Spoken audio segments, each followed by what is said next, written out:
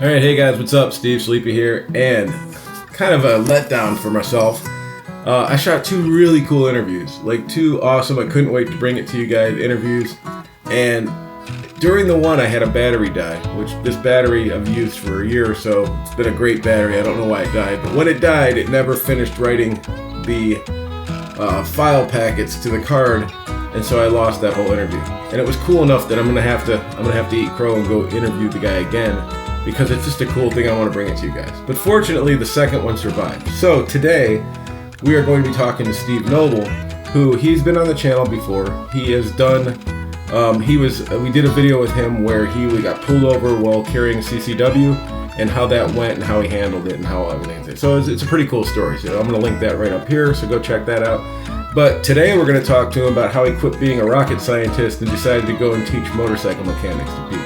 So let's go check out Steve. All right, here we go. I'm time traveling right now because I'm shooting now, but this is going to be... So, all right, so as we're time traveling, but we were still here, I decided to talk to Steve too. So Steve not only helps with MotoGo and Skidmark overall, he also runs his own thing out of this shop. And Steve, what is that?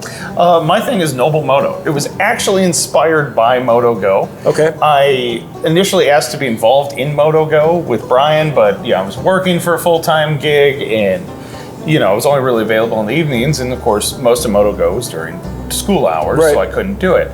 And he just mentioned, hey, I need somebody to teach adults. You think you could do that? And I was like, yeah, sure, whatever. And what were you doing though? You were you didn't work at Burger King or something? No, I was a millwright over at NASA Glenn Lewis Research Center. Right, so he worked for NASA, the space agency. At NASA. And decided that, you know what, I'd rather teach people how to work on motorcycles. Yes. That's commendable, man. That's really cool. I'm really proud of the work I did at NASA, and sure. I was in some really cool projects. But I've never found anything that was more rewarding than teaching people all the knowledge that's rolling around in my head. Yeah, and especially on the top, because this is the kind of stuff where, if you don't know how to do it, you're paying somebody else a lot of money to do it. Sure. So you do. So I knew about you through the motorcycle scene for the last I don't know how many years. You were always at all the different rides, and we'd wave and say hi, and then we started talking more and more.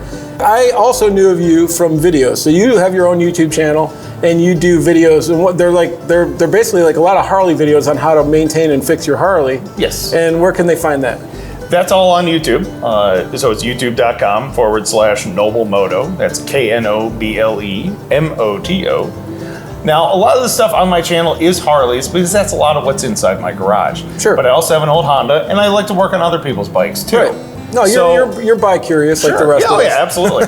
So there's some Chance Sprocket videos for my buddy's Ducati Hyperstrada. There's been some videos for my Honda. There's been some videos for some other people's cruisers. I think I even have a few sport bike videos on there. And what kind of stuff do you cover on these videos? Everything from basic maintenance all the way up to engine building. I have clutch and stator replacements. I did a big bore kit on my last Harley on there. Fork seal replacements, just a lot of simple stuff. How to remove and reinstall your front wheel, how to change your brake pads, a lot of the upgrades I did, and exhaust installs. Right, but here's the thing. So there's a lot, obviously, if you're watching YouTube, which you are, there's tons of channels out there, but what's better is to find somebody with credentials that back what you're watching. So you're not just watching Timmy who decided to take apart his engine and really doesn't know what the fuck he's doing. You guys are here, you're obviously part of this whole thing. So you've been verified, I guess you would say, yes. Kind of in the market. So when you're giving out information, some people may not agree with it, but nobody's going to say that the information is wrong. Because obviously there's a lot of people that have different opinions. Of course, yeah. But you're giving straightforward, easy to follow information. Yes, yeah, and I'm more interested in giving good information than having flash or flare on there. Sure. I won't say you'll never see explosions on my channel, but it's not one of my main focus, and there's not usually any special effects. If explosion happens, we're gonna run with it. Right, well, yeah. This is great content. So, yeah, initially I went to vocational school in high school, then I went to a trade school afterwards. So I've been doing industrial machine repair in the steel industry and did some high-speed automation. I've done that I did that for about 20 some years before I eventually ended up at NASA as a millwright. In addition to that, I also was on a crew racing Profile Harleys in the HDRA, which are nitromethane drag bike Harleys. Yeah. I did my own racing, I've done off-roading, dirt bikes, sport bikes, vintage Japanese bikes, Harleys, and I worked at SuperTrap in research and development for a while. So I did a lot of dyno testing and some exhaust building too. So I have a pretty good versed background in pretty much all things mechanical. and that's my point. So I can't spell though. With YouTube though, like, you know, you'll find somebody and like they might be a personality, they might be great, and they might actually provide a service, but you don't know if they actually know what they're doing. Right. So it is kind of nice to have somebody that has personality that's fun to watch, but also you know, like, wow, they have all these years of experience, right? Sure. So that's kind of cool. And the thing about that is that you've seen a lot of shit. Oh yes. You've made mistakes. You've done something where you're like, fuck, and then you have to redo it. So now you're bringing all those years of all of that to somebody to hopefully save them from making the same mistakes. Hopefully I can either save them from making mistakes or help them dig out of the hole they got themselves in. Right. And to be clear, that's not to say I don't make mistakes. I did a wheel bearing video when I was pulling the wheel bearing out of it. The inner bearing popped out of the inner race popped out. So I'd take a Dremel, grind the outer bearing out of the wheel. And the point with all that is I just end up videotaping the entire thing.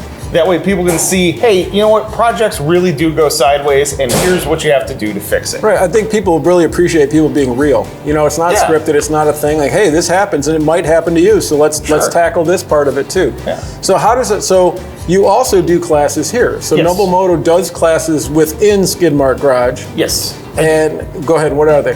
I do in-person classes here at Skidmark. One of the most popular ones is the 101 maintenance class. And that's checking all the basic things on your motorcycle, like your tire pressure, your oil levels, fluids. And I get some hands-on experience. The big thing is to put tools in people's hands. So everyone gets hands-on experience. They change out some brake pads, they change out some spark plugs. We look at chain tension and alignment, belt tension alignment if you're driving a V-twin. And all the other basic things you really need to know just to keep your motorcycle on the road and going. And that's all the work is done on a bike that's here. That way there's no concern over anyone breaking anything or stripping out any bolts. If you break it, I'll show you how to fix it. And either way, it's not really a problem. Right. And I think a lot of things that what you're talking about, it's like when you know how to do some of the things, you also then learn to watch for them. So some of like learning this can also be very good preventative maintenance because say for you were talking about your belt tension and stuff, right? A lot of times Harley, like I know guys that have no idea that belts need tensioning. It's not a chain, you don't have to tension it, it's a belt, but no, you do. Oh, absolutely. And by making sure it's tensioned, you're potentially saving a huge problem later on. Yes, properly tensioned belt is the difference between it lasting 20,000 miles versus lasting 100,000 miles. Right, and you don't want to be out in the middle of somewhere and have your belt shred. Right. Because that's not something you just want to throw on when you're on the road. And it's not a 5-minute install either. No, it's definitely quite not. the process. So if somebody wants to do that, if somebody wants to take a class and they want to come in and hang out here, what do they do? And they can come from anywhere, right? Oh, absolutely. Yeah, I've had people come from as far as like Springfield, Ohio and stuff, down near Cincinnati. If you want to find out more about it, it's at knoblemoto.com. That's KNOBLEMOTO.com. And I'm on all of the social media outlets too. But I have a couple other classes I'd like to talk about. Yeah, too. do it. So I also offer an electrical class, which much like the 101 maintenance is very hands-on. We start with how to use a voltmeter, how to read the thing, what all the different functions do. Then we build some basic circuits, then we add in some relays, put in some turn signal relays, and I have a couple CAN problems for people to sort out so they get some troubleshooting experience. I have a carburetor class that people can bring in their own carburetors, or I have a whole slew of them here. Pretty much whatever carburetor you need, I have some. So let me ask you this. Yeah. Can I bring my rack of 4 carburetors that need to be cleaned and just drop them off to you guys? Drop them off, no. But if you bring them in and you bring in the rebuild kit, we'll go through fixing the things. Okay, all right. I also have a bunch of, this SNS sponsors me. So I have some SNS Super E and G carburetors here. So if you want to go down the SNS rabbit hole, or just you aren't real sure about those carburetors, we can get our hands dirty with those things. Right on. Plus, in addition to that, SNS has also sent me 2 twin cam engines that you see here behind me. So I have an engine building class where we do full teardowns and rebuilds on SNS 124 and SNS 117. Wow. Now, in addition to that, I just acquired a Harley Softail twin cam B engine. So I also have a straight stock Harley twin cam engine here too to do the rebuilds on. So you're covering your bases. Oh yeah. So you can also get your hands dirty on the infamous Harley twin cam chain tensioners. Right. So in your tenure of teaching and stuff like that, you got a story. What's your favorite story, or what's your favorite either Give me the transformation of somebody that might have been timid and at the end they were like, oh, I love this, and now they're full bore into it, or something. There's got to be something that you've seen.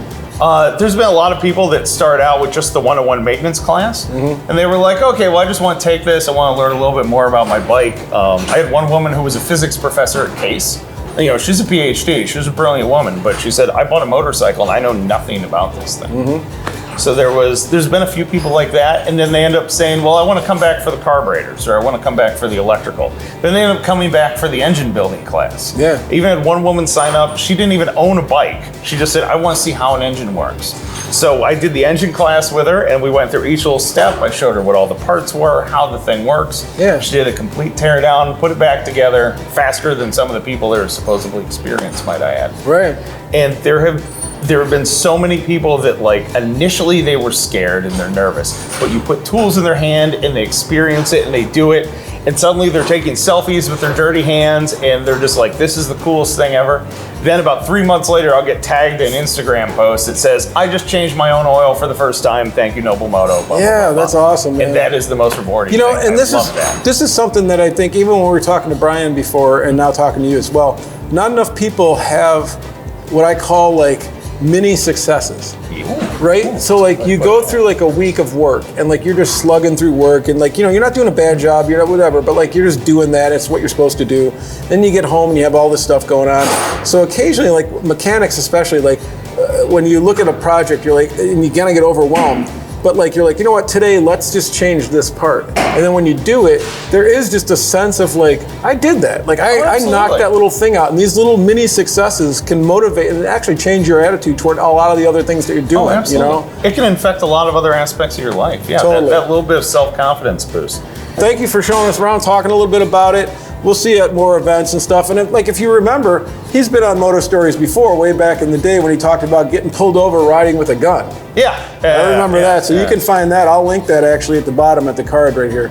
So cool. Well, thanks, Steve. All right, man. Thank you very much. I just wanted to get the word out about this stuff. So, hey, if you want to take a class, if you're in the area, if you want to come in and take a class, that's the guy, man. He'll teach you all about your Harleys or other things, whatever. Go to his website, find out all the information. I'm going to come and probably take the carb one because I know how to do it, but I am so sick of 4-rack carbs. Oh, man. I think just doing it with other people would be more fun instead of just alone in my garage. Oh, absolutely. Yeah, it's always a good time. We gather around the table, hang out, do the thing. As much as cutting carbs can be fun, I guess that's what it's going to be. I swear someday I'm going to not have a carburetor on any motorcycle. I'm going to be the happiest fucking guy. No, I did that. I had just fuel injected bikes. Yeah. And I bought a carbureted bike. Because the fuel injected ones work, and I can't fiddle with them. Yeah, well, that's what I was just talking about, though. But when you want to ride and all you're doing is fiddling with bikes because you left it sit for 3 days. Sure, yeah. With the avgas in it. There's a balance. You gotta have the reliable one. Then you have the one to fiddle with. Right. Well, that's what you always have to have more than one. All right. Well, thanks for watching, guys. As always, if it works, it ain't dumb. That's right. All right. See you on the next one.